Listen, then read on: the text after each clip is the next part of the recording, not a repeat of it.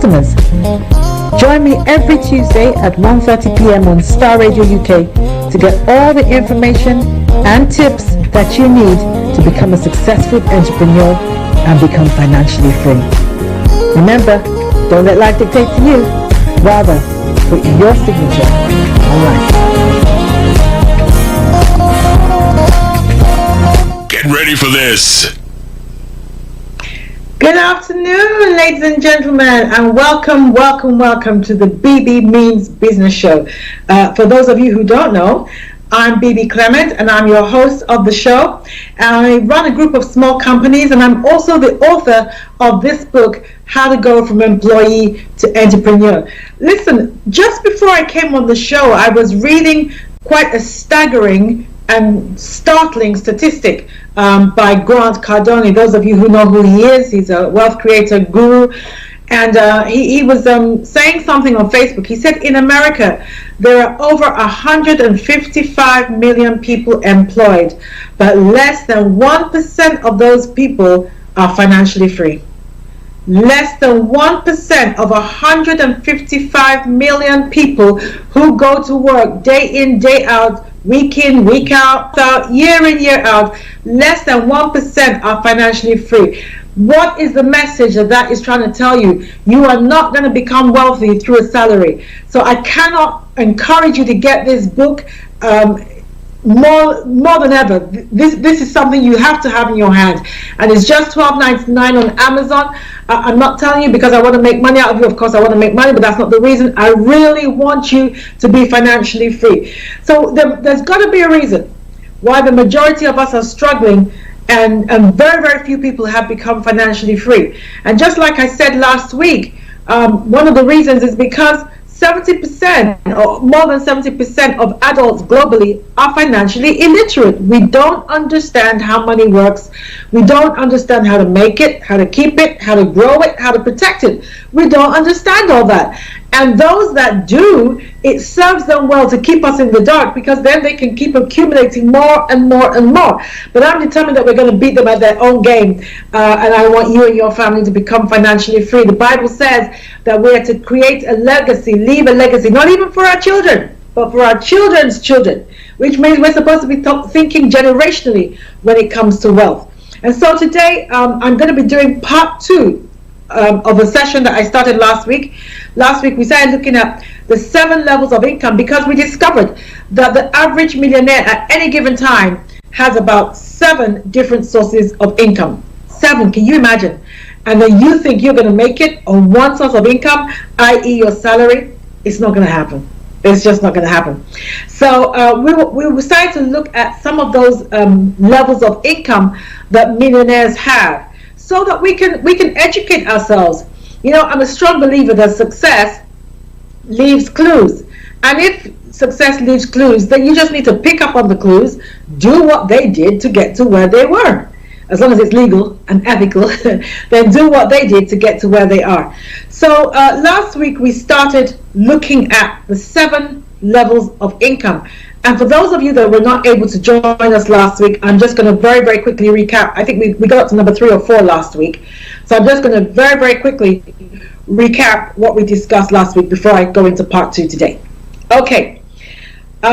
So the first level of income that we talked about was money. The first level of income was money.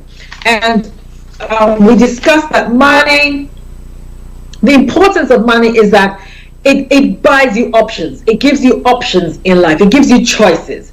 And what is life without choices? What is the point if you don't have choices over your own life?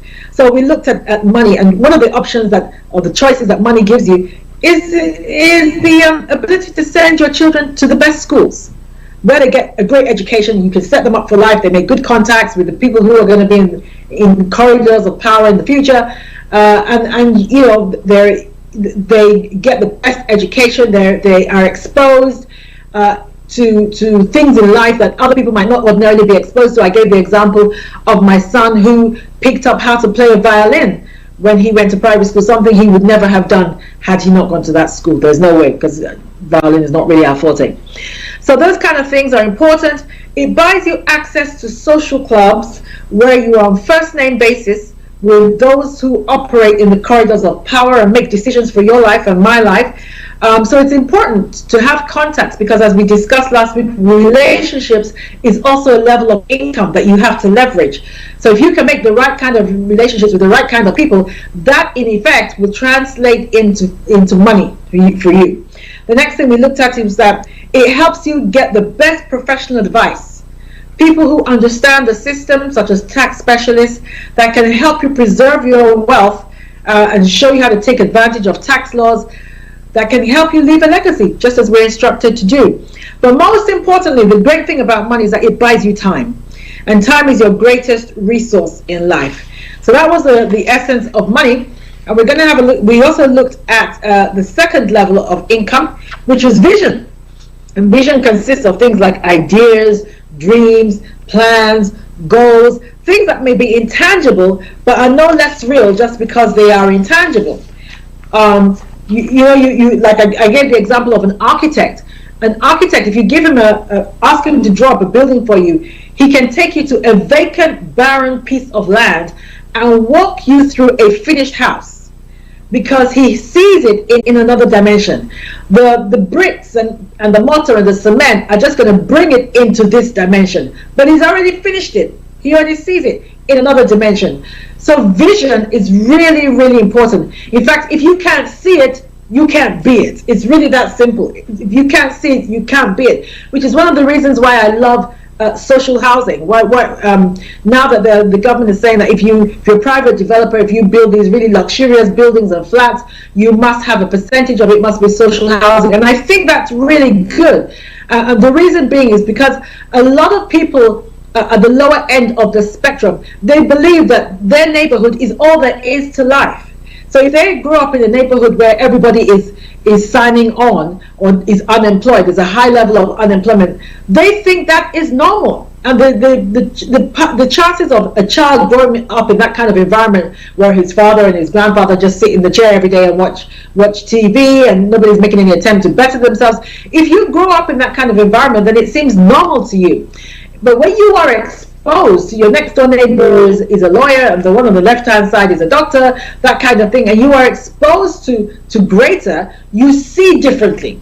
And once you can see it, you can be it. So it's important that we expose our kids to different experiences in life. It makes them aspire as well. So vision was very, very important. Very, very important. Vision can take you from the dumps to the palace. It can. It doesn't matter what you have in the physical. What you see in your mind's eye, what you see in here can determine your destiny. So it's really important that you see, you have vision. That's a level of income. And rich people do that a lot. They visualize a lot. They visualize. The third level that we discussed was relationships. Relationships. Now, this is probably your most important level. You've heard the saying that your network is your net worth, and that's so true. The kind of people that you hang around with will determine how much money you make. I was listening to Les Brown the other day. He said you earn within 2,000 to 3,000 of your 5 closest associates. Isn't that amazing? Isn't that amazing? I think that is such a warning that you need to regularly be examining, who am I hanging around? Who am I hanging around? If you're hanging around with deadbeats, you have 7 dead broke friends, guess who's going to be number 8? It's you. So the relationships that you have are very, very important and increase your net worth. There are different areas of net worth, different relationships, and the effect that they have on your ability to produce wealth. So having mentors, people who have mentors tend to succeed financially a lot better than those that don't. Those who have a good network, a regular network, those who understand the power of collaborations and referrals, and all this is related to your network. Those in particular who go the extra mile and join things like mastermind groups, where you are exposed to other people who have experience and knowledge that they're willing to share with you, that can enable you to give birth to new ideas, to revisit old ones, to expand your consciousness of what is possible for you financially. It's really, really important. Your relationships are a level of income. They're not just they don't just have a social function, they also have a financial function, because they have an effect on how far you go financially. So it's really important also that you take the time to pick your friends, pick the right kind of friends or the right kind of people that you associate with. Okay, so that was a quick recap of what we did last week, and we're about to go into the fourth one. The fourth one is knowledge. But before we do that, I want to take a quick break. And just before you go, just to let you know that this is a live show, and we want to hear your questions. I want to get your questions and your opinions and everything, because I'm in a information sharing mood. So all your questions, I'm really eager to hear them. If you want to hook us up, our Twitter handle is @StarRadioUK, or you can text or WhatsApp us on 07539 661 That number again is 07539 661 or email us at info@StarRadioUK. For those of you who are joining us on Facebook, feel free to just put something in the chat. My producer will pass it to me, and I will answer as many questions as I can. We're going to take a short break, but don't go far, because I'm going to be back in a minute. See you soon. Hi everyone, it's your girl BEBE Clement, the author of How to Go From Employee to Entrepreneur, and the host of your weekly business show, BEBE Means Business, the show where we discuss everything you ever wanted to know about business but you were afraid to ask. How do I start my business? How do I raise the finance? How do I grow my business? Where am I going to find my customers? Join me every Tuesday at 1:30 p.m. on Star Radio UK to get all the information and tips that you need to become a successful entrepreneur and become financially free. Remember, don't let life dictate to you. Rather, put your signature on life. Get ready for this. Welcome back, ladies and gentlemen, and you are listening to the BEBE Means Business Show. This is your weekly show where you get tips, advice, knowledge, everything and anything to do with business and wealth creation, and how you and I can become financially free. Today, we're looking at the 7 levels of income, particularly for millionaires, that millionaires have, that we need to hook into if we are going to become financially free as well. I shared just before the break a staggering statistic that apparently in America, over 155 million people are employed, and less than 1% of those people are financially free. Less than 1%. That is a tragedy. So to make sure that you and I don't become victims of the system, I'm doing my best to educate you today on how you can access the different levels of income and ensure that you become financially free and you leave a legacy for your children's children. Okay. So before I look at some questions, I'm going to quickly go into the 4th level of income, and that is knowledge. Knowledge is a level of income. Now, knowledge is not only income, ladies and gentlemen. Knowledge is also power, and I'll talk about that in a little while. But let's have a look at what constitutes knowledge. So included in knowledge is things like data. I'm going to come back to data, but I just want to quickly go through the list. Data, feedback, reports, complaints, questionnaires, those kind of things, all that is knowledge. Now, I want to go through each one because they're really important. Many of us are leaving money on the table because we don't understand the importance of these things. So let's look at data. Now, what is data? And data are facts and statistics that are collected for reference and for analysis. That's what data is. So, and that includes information. Let me say this, ladies and gentlemen. The global battlefield has changed. We are at war. There's no doubt about that. Don't for a moment think because it's seemingly peacetime in your country. We are at war. It's just that the nature of the battle, the arena for the battle, and indeed the rewards for the battle have changed. We are at war, and the battle arena is mostly cyberspace, and the weapon is data, and the reward is data. You can see what's happening with Facebook, Google, and all those kind of people. They rule the world. Whoever controls data rules the world. Whoever controls data is wealthy. It's that simple. And you have to make sure that in your sphere, your little space, in your business, you are controlling data. So you must use every opportunity possible to capture as much data as possible, because I'm telling you, it is worth a lot of money. I'll go back to that in a minute. So let's look at the different kinds of knowledge that you can access. So, for instance, it's important to find out from your clients what aspect of your business are they paying for. What are they buying? What exactly is it that they're buying?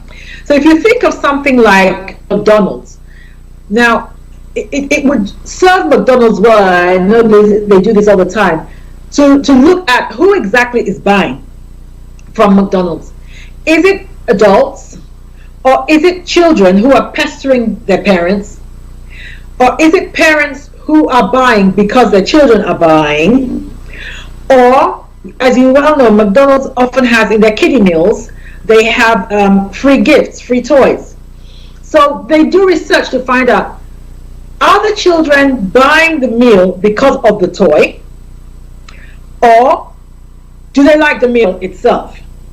So in other words, if we did kiddie meals that didn't have a free toy, would children still choose McDonald's over Burger King?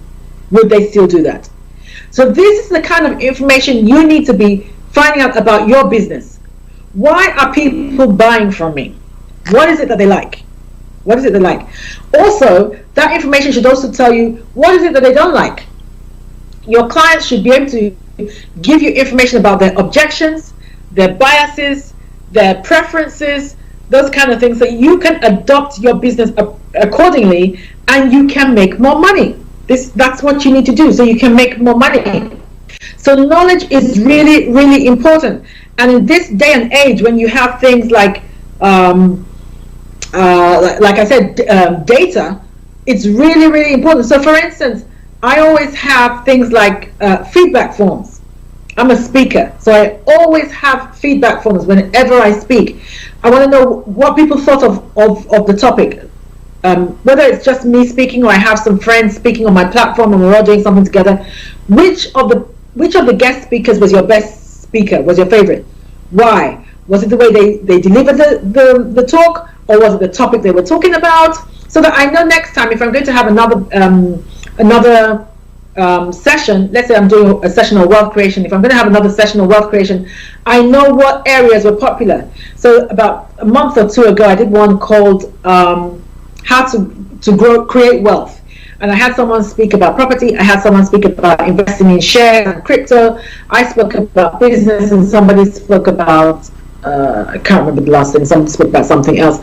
So it's important for me to find out which one did you find most interesting, why? So that next time, for instance, let's say they say, well actually I have no interest on how to start a business, but I was interested in how to invest in property, then I know that the next time I do an event, I won't bother to have how to start a business. I'll just focus on the things that people want.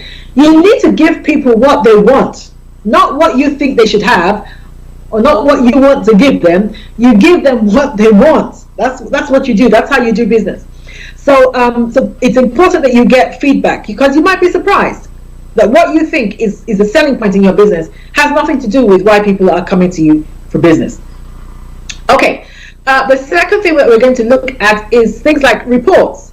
Reports also contain knowledge. So, you know, your staff do reports on their specific areas. This is really important. Don't scrimp on that. If you own the business, make sure that you read team reports, team leaders reports. Very important. It will show you things about your business that you didn't know. Most importantly, it will also show you things within the teams that you didn't know. And that's important, because sometimes we lose sight of what is happening within our business, because we can't be all things to all men. But if you have managers of different departments who are giving you reports about certain things that are happening in your business and you don't bother to read it, then you're really going to be in trouble. Not only is it important that you collect data, but it is important that you become data literate. What do I mean by that? Sometimes we collect data, we don't understand what the data is telling us. The data might be telling you that a particular product that you are pushing, nobody wants it. And you are spending all your marketing, you are spending all your time in pushing this product, whereas you could take that product out of the market and people's concentration might now be on other products you sell that could increase your bottom line. An example was, I remember reading, when I was reading Mary Kay Ash's autobiography, she was saying that at one time they introduced wigs into their product services. So you know Mary Kay, she sells cosmetics, but she said at one time, because they were popular, they introduced wigs, hair wigs, into their offering.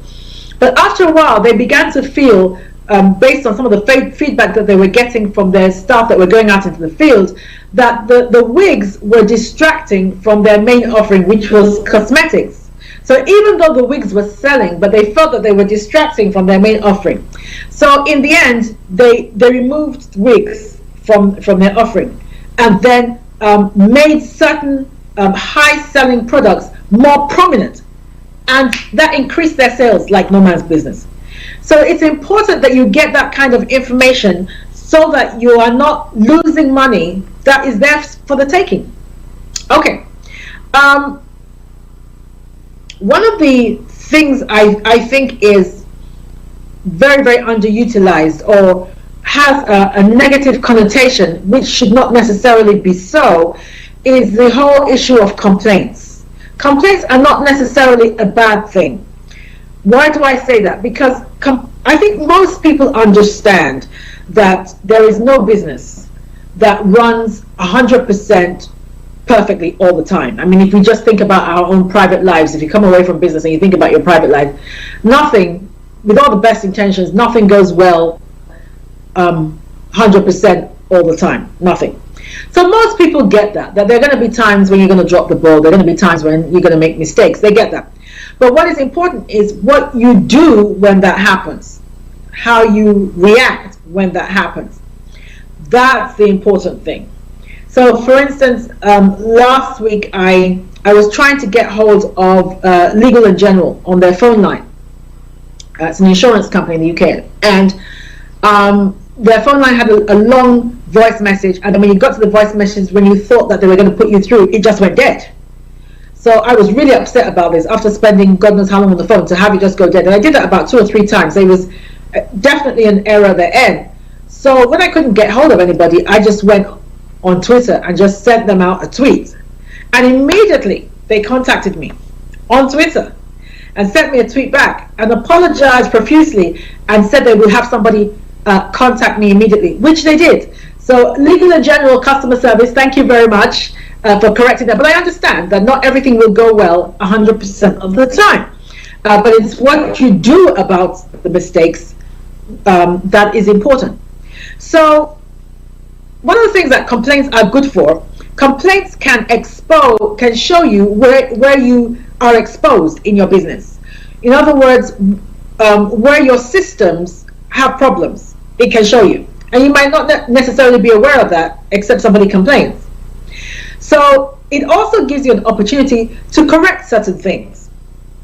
It might also give you an opportunity to identify a particular member of staff or members of staff that are a hindrance or a liability to your business. So let's say I keep getting complaints about my secretary.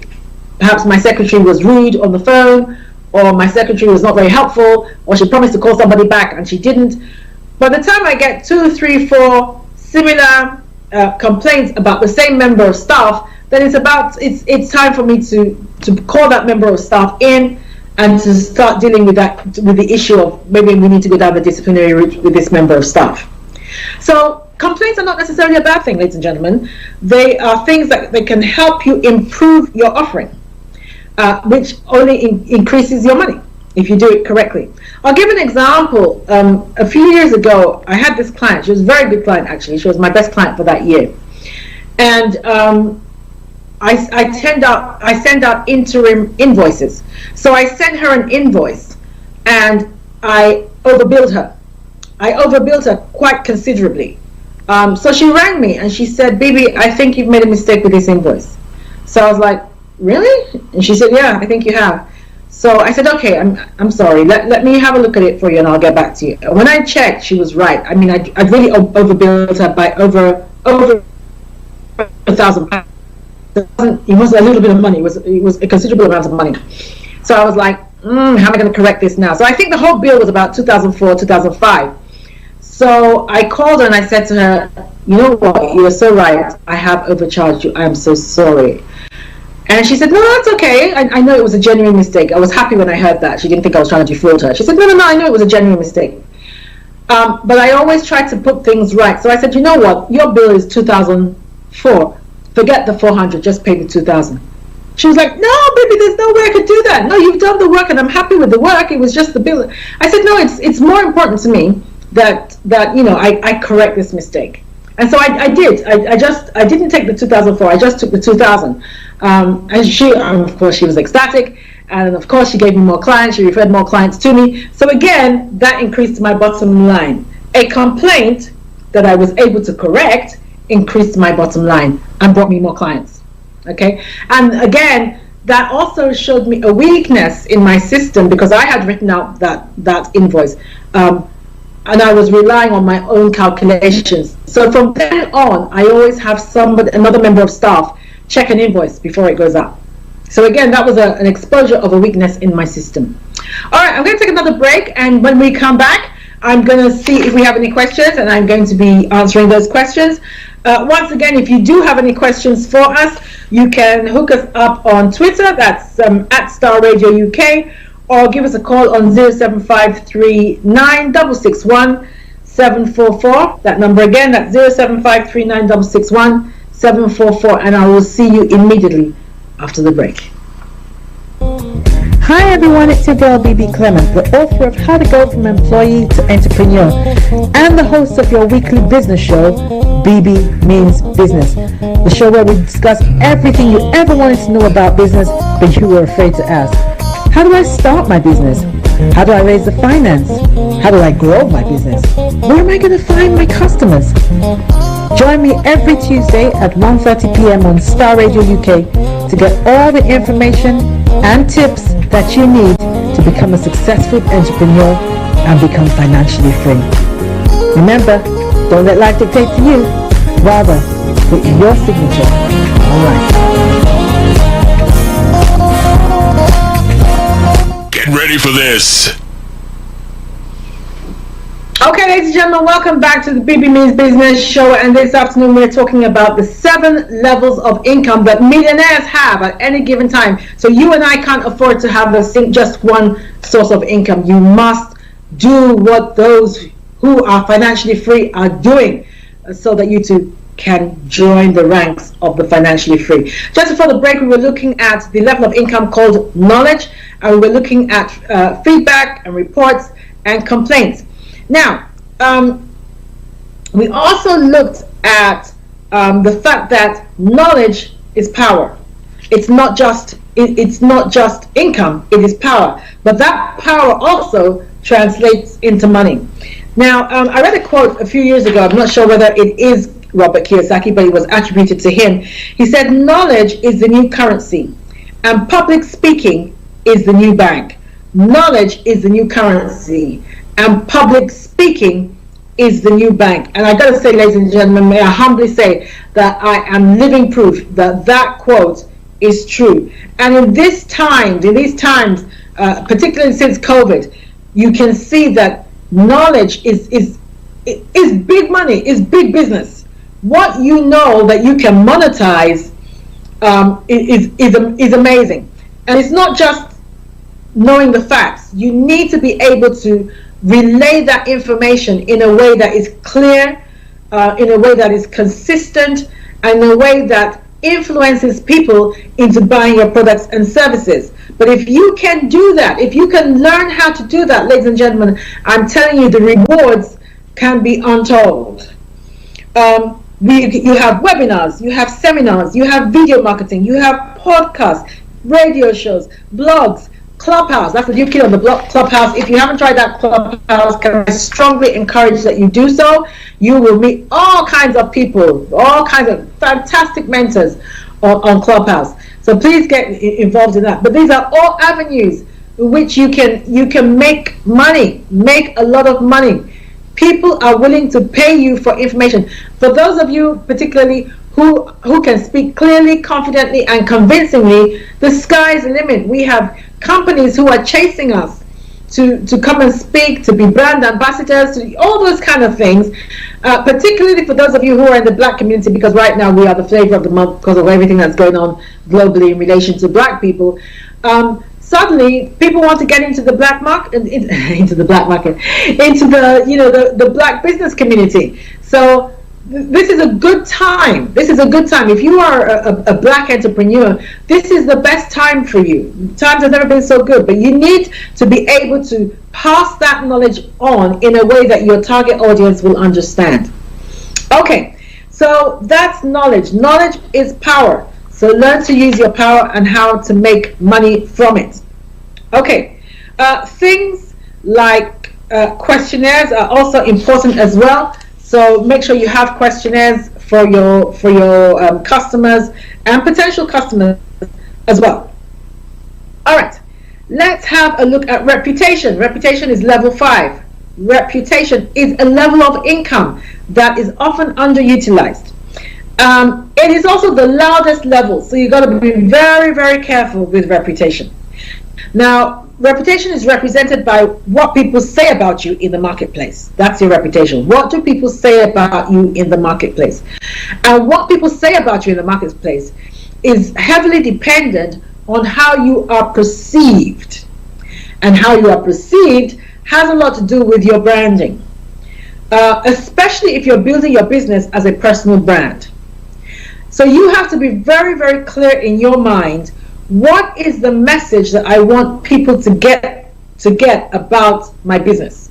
That's basically your branding. What message do I want them to get? And then you have to use different mechanisms to find out whether that is actually the message they're getting. So let's say, for instance, you are you are selling a high-end product. Let's say you were selling. All right, I'll give an example. I was speaking on a platform last week, and one of the ladies I was coaching on, not under my platform, I was coaching under another company's platform. But one of the ladies who owned a designer jewelry company, she obviously, because it was designer jewelry, she's on the high end of the spectrum. Her prices are quite high. Her products are quite bespoke. They're tailored. She does individual pieces of jewelry, and then she was looking for how to write her marketing material. And after describing herself as a designer jeweler, she then had the words. She then said something about being very affordable. And I was able to show her that those two concepts don't go side by side. You are going to confuse people with your message.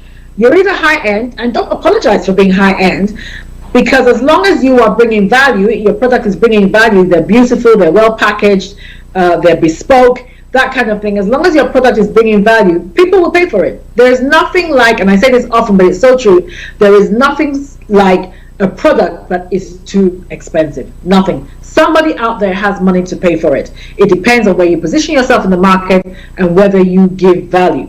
So I was able to show her, listen, you need to decide where you want to sit in the market. Are you going to sit in the affordable end of the spectrum, and there's nothing wrong with that?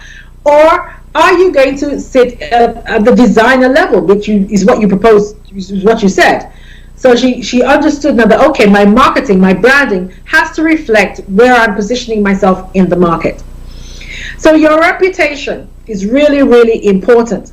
So you need to listen to feedback about what is said about you, good or bad. Don't shy away from what is bad, and don't take it personal. If somebody says, you know what, I don't like your products are rubbish, don't take it personally. Once you've got past your bruised ego, take that information and let it work for you. Okay, why does this person think my products are rubbish? I think my products are pretty good. So why does this person think my products are rubbish? That kind of thing. Or, like I'm a speaker, if somebody comes to an event that I'm holding and goes away and tells somebody else, oh, I heard BEBE Clement speak, and you know what, she wasn't very good. That's never going to happen, by the way. But let's say somebody did. I need to find out what was her experience, what exactly happened that she felt, she felt that she was not going to ever come to one of my seminars again. Was it the topic I was speaking about? Was it the way I delivered it? Was it my tone or what was it? Was it the venue? Was it or was it the IT? Did my IT let me down? Maybe my Wi-Fi kept dropping. All those kind of things. I need to find out what was it that made it a bad experience for this client, because it's going to affect your reputation. They say that if somebody is not satisfied, if somebody is satisfied with your services, they tell you. But if they're not satisfied with your service, they tell at least 10 other people. And in the day of social media, those 10 other people can translate into 100,000 people with a few clicks on the keyboard. So it's really, really important that you have the right reputation. And let me tell you, your reputation precedes you. I cannot tell you the number of events I've been to, and I'll get introduced to somebody and I'll say, oh, my name is BB Clement, and somebody will say, oh, I know you, and it's not true. They don't know me, they've never met me before, but they've seen certain things that I've posted online, and so as a result of that, of reading or listening to something I've said online, they have formed a perception about me. And that perception might be totally different from who I am or from what my services represent, but they've gotten some kind of message from what I've said. So it is really, really important that you maintain the right kind of reputation. Right kind of reputation. If your reputation is bad, you need to do something about it. One of the ways in which you have the right kind of reputation is if you maintain your integrity in the marketplace. Integrity is not everything. Integrity is the only thing. I'm going to say that again because I think that's really important. Integrity is not everything. It is the only thing. No integrity, no business. So you need to know, and integrity covers every aspect of my business and should do yours. So your clients need to know that when they call your office, your secretary will be polite. That's part of the integrity of your business. Your clients need to know that when you tell them that the job will be done by Wednesday afternoon, they'll have the file on their desk by Wednesday afternoon, they should not be ringing you on Saturday morning and your phone is switched off. That affects your integrity. Your integrity affects your reputation. So these things are so important because reputation is the loudest level of income. And if the loudest level of income is negative, then you are in trouble. You will not make money. One of the things that Apple does is they protect their reputation. They built up a fantastic reputation. And I love it. They built up a reputation that the little things matter. So I think I've given this example before, but apparently at the back of an Apple phone, you know all the wires that are normally in the back of the phone, each one is strategically placed. They're not just chucked in there like a lot of other companies apparently. Each one is strategically placed and numbered in a very orderly fashion. They know where it is, they know what it does, each one. And so when that information, I remember when that information came out, I know the effect that had on me. That built trust in me. I was like, wow, that is fantastic. If they take so much care about a part of their business that I'm never even going to see, because I've never taken my Apple product apart, a part of their product that their customers are probably never ever going to see, they still took the time to do that, then that says to me the parts that I do see, I can trust. So can you see how your reputation is so important? So important. And see where they position themselves in the market, at the top end. And yet, people are lined up outside their shops overnight, just when the new product comes out, even though they're probably the most expensive in the market. So this is really, really important that your reputation is intact. Okay, I'm going to very, very quickly do property, very quickly. See if we can get through that. Okay, so I hope you're enjoying the program so far. So let's go into property. For those of you who are joining us, just now. This is BB Clement, and you are watching and listening to BB Means Business. And today we're looking at 7 levels of income for millionaires that you and I need to tap into so we can join their ranks pretty soon. Okay, so now I'm going to look at property. Now, this is the stationary level. This is the most stationary level of income. And of course, there are different types of property. There's outright ownership of a property. There are freeholds, there are leaseholds, and I'll just very quickly just talk you through them. So outright ownership of a property, those of you who have paid off your mortgage, well done, well done. It's not easy, so well done. But those of you who have a freehold, fantastic. A freehold, you own the property, but there's a mortgage on it, nothing wrong with that.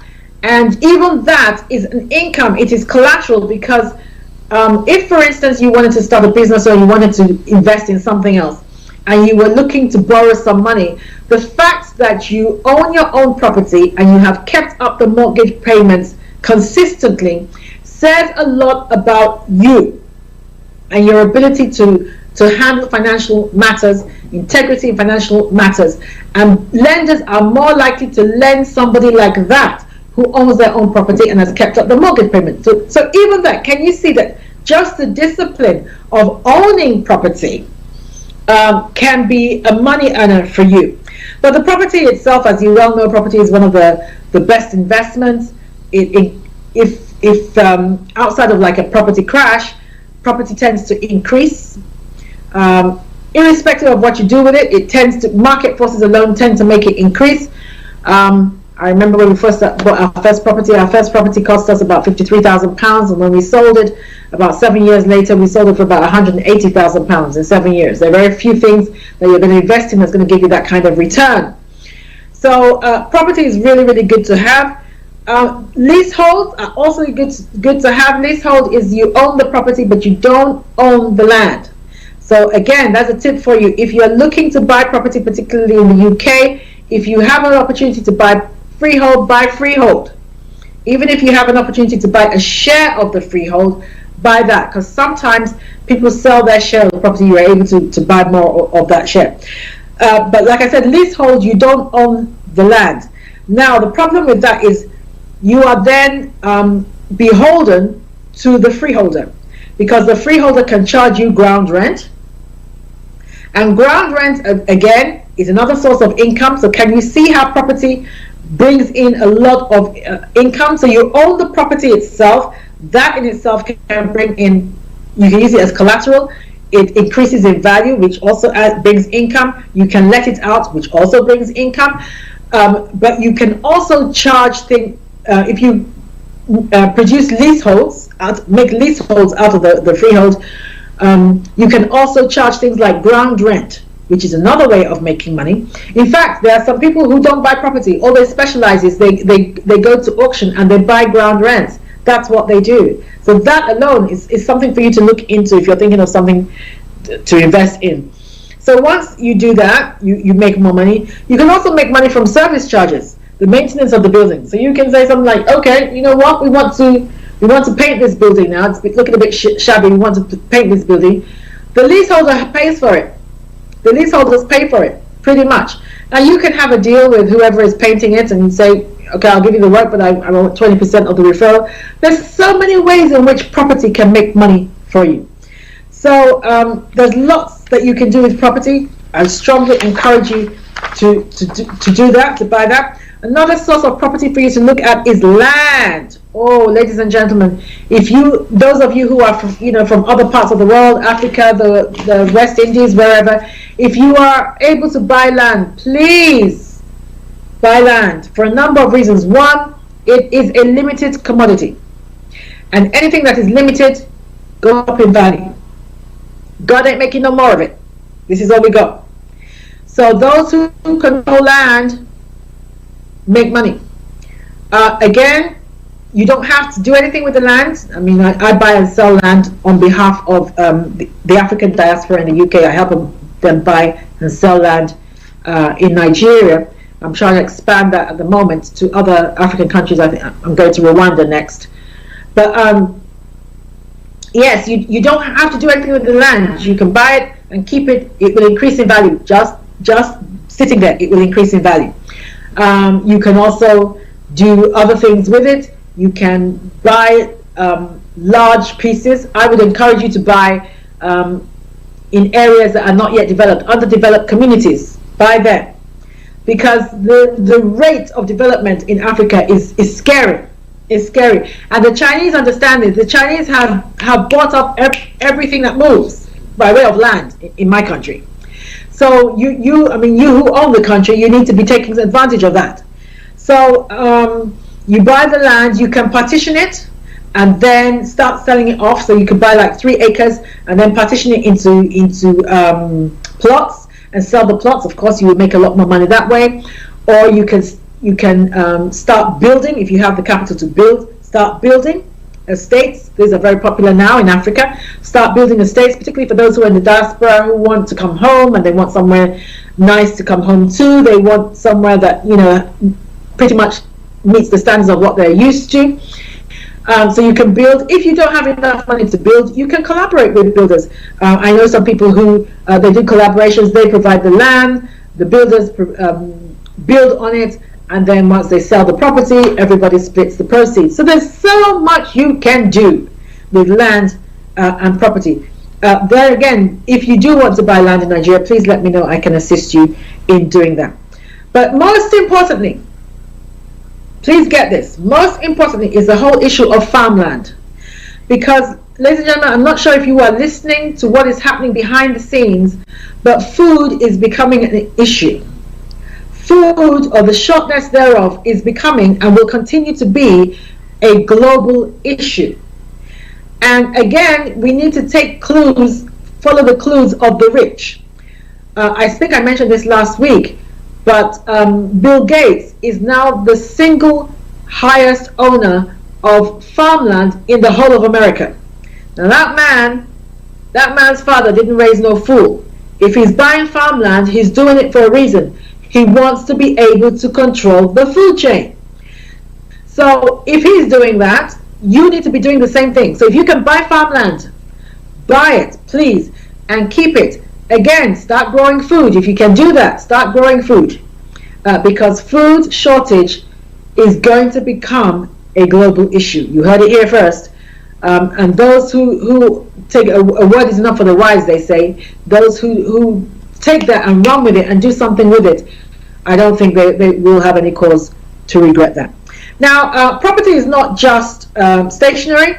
You have intellectual property, property of the mind or the human intellect. And that includes things like ideas, domain registration. Domain registration is property. Very important property.